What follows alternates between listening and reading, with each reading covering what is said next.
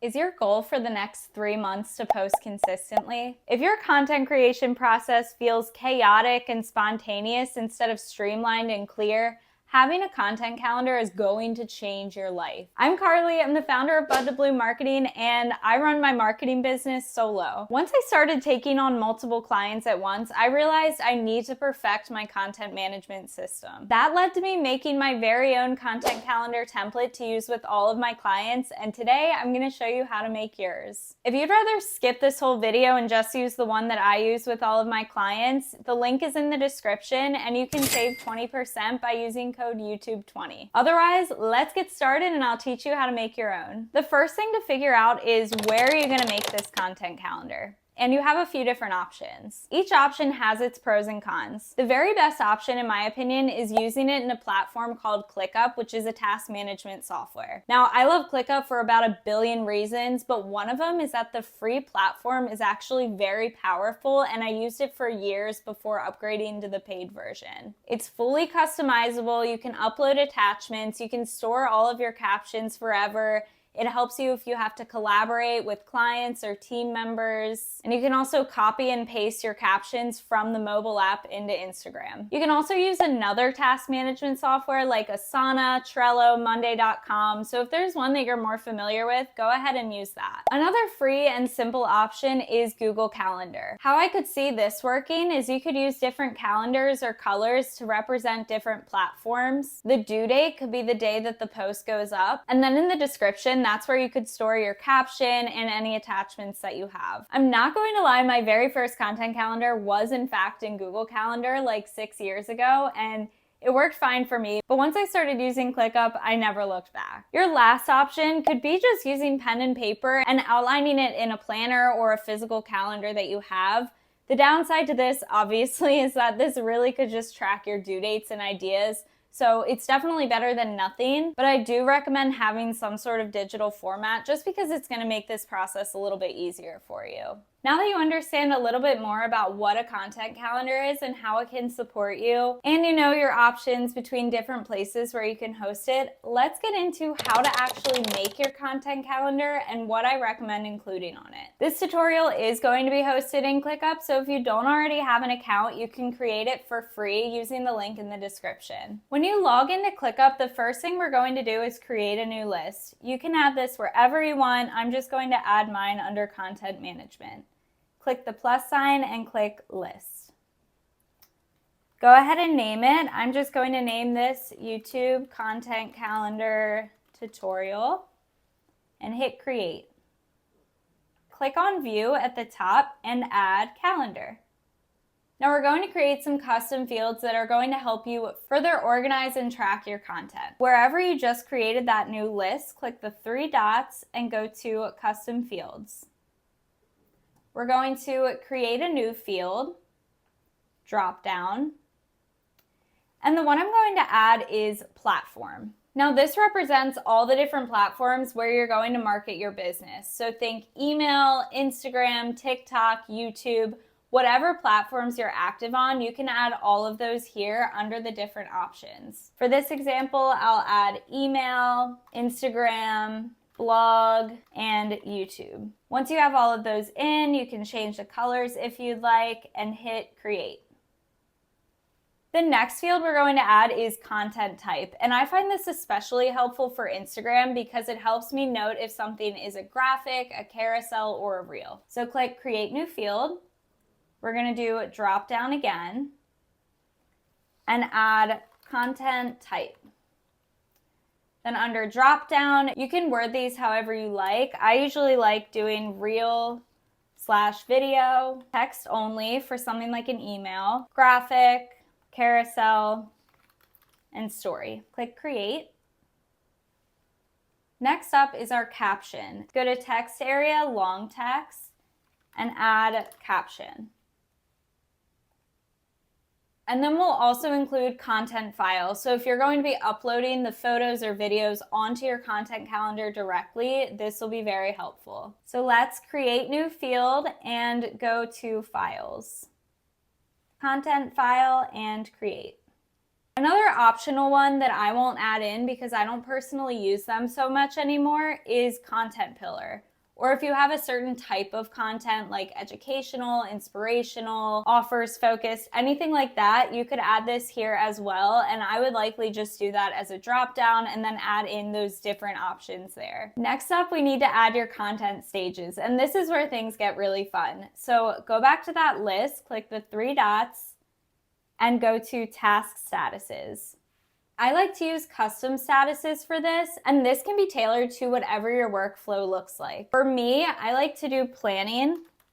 This could also be brainstorming, ideation, whatever you call it. After planning, I usually go to ready for visual. And this just means the idea is there, it's outlined, and now I'm ready to either record the video or create the graphics. Once that's done, the next step for me personally is ready for caption. So after the content is made and edited, then I can go ahead and write the caption, or for YouTube, it would be the description. After that, it may go into review if you have a review and approval process with either a team member or a client. From there, it would go to approved. And then this closed status means once it hits this, it's closed out, it's checked off the to-do list, and it won't go to overdue after the due date. So closed for me in terms of content means it's been either scheduled or published. And click apply changes. The last thing you need to include on your content calendar, of course, is a due date. So when is this content going live? In ClickUp specifically, I recommend using the task due date as also the published due date because it'll pop up on your to-do list for the day if you're posting live. And if you're scheduling, you just close out of that task and you don't need to worry about it. As an example on how to use this, let's create a new task for tomorrow. And let's say it's going to be a real content calendar tutorial, because why not? And I'm going to assign this to me.